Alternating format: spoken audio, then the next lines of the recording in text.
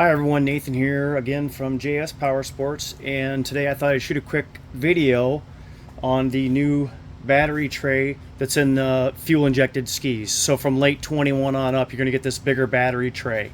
Now, there's another video shot about the 997 tray, which is cut off about right here, and a lot of people think that they're limited to some smaller batteries and so on. But if you go to lithium ion, you could take the lithium ion batteries and you can mount them sideways. Obviously you'd want to do it with the negative terminals down for the older 997s, and you may need a different battery strap and so on, but you can get all that cold cranking amp power from one of the bigger batteries in those older trays. So go ahead and see that video. It's on YouTube as well.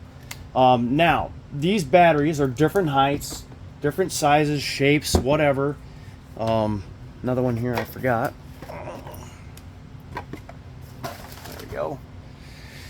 And how they fit in and so on, and what to do and how to hook them up may vary. Now, when you bought your jet ski, you got one hopefully like from us, these pads are usually on the front nose of the jet ski wrapping and so on. You can cut these pads and stick them in the sides to get your battery to line up where these straps are at. Then if your straps are loose, you can also cut a pad and put underneath to maybe raise this up just a hair, as long as you're still in the box so it's not going to move around when you're doing tricks and stuff. That'll keep it steady in place, and you'll have a lot more cold cranking amps.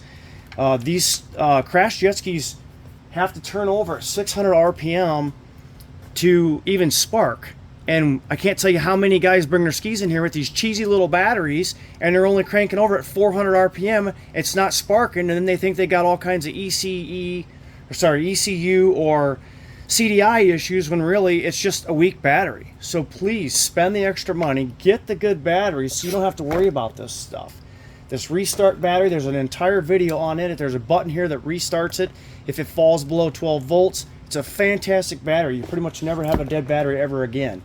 Now, some of these batteries will only come with a 60% charge, which means you have to use the proper lithium ion charger to bring it all the way up. We're a big fan of the TechMate, Optimate lithium ion specific chargers. I am not a fan of, well, we get a lot of bad reports from the NOCO and some of these other brands that are supposed to auto detect, and the next thing you know, they're swelling up the batteries or burning them up or whatever, or the batteries are going bad. So I'm not a fan of those all-in-one, made in China, cheap on Amazon, junk battery chargers. If you're going to have a nice piece of equipment, treat it with the best battery and the best battery charger you can afford.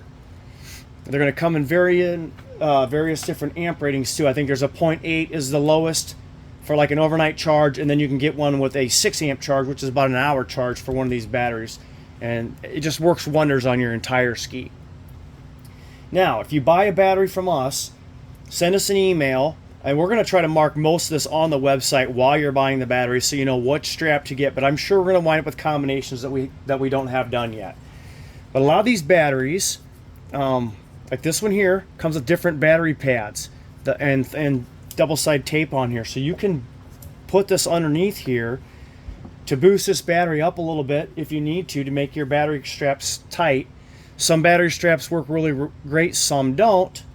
Before I get into that, I'll cover this one here. This one comes with like a Lego block system where you can put these on the bottom to bring your height up and down a little bit if needed. This one here came with these two pads, which we do use underneath because it gives it just a little bit of extra tension. And then the factory size strap works just fine with this one right here. Some of the other ones are smaller. You will need different straps for it. Not all the straps work. I'm going to cover that now. The straps are going to go in like this, and you want it to hook here and not be able to bounce out. Some straps that are shorter that will work on some people's aftermarket battery trays and boxes and so on won't work on the Krash one. This one here, it'll go on. It might hold, but it's a little sloppy, and I think it's going to wind up popping off, and there may not be enough clearance between the engine and the gas tank to make it fully come off, but I think you might be holding with one strand, which might dig in over time. But like I say, if you email us, hey, I bought this battery, this is what I have for a ski, then we can maybe just pop back here, throw the battery in the tray, find out what straps work the best, and give you a jingle or send those straps to you. One more quick note. The battery pads, the Krash sends, these are 6 ounces. If you take a piece of HydroTurf and cut it, it's 0.6 ounces. So you can lose a little weight with that if you do that. And here's an example of a piece of HydroTurf that we just cut to the right dimensions that pops right in and lightens that up. If you don't have access to this stuff, just give us a call. If you're buying a bunch of stuff from us, we might just throw one in for free. Otherwise, probably just a couple bucks to cut it out and have it ready for you.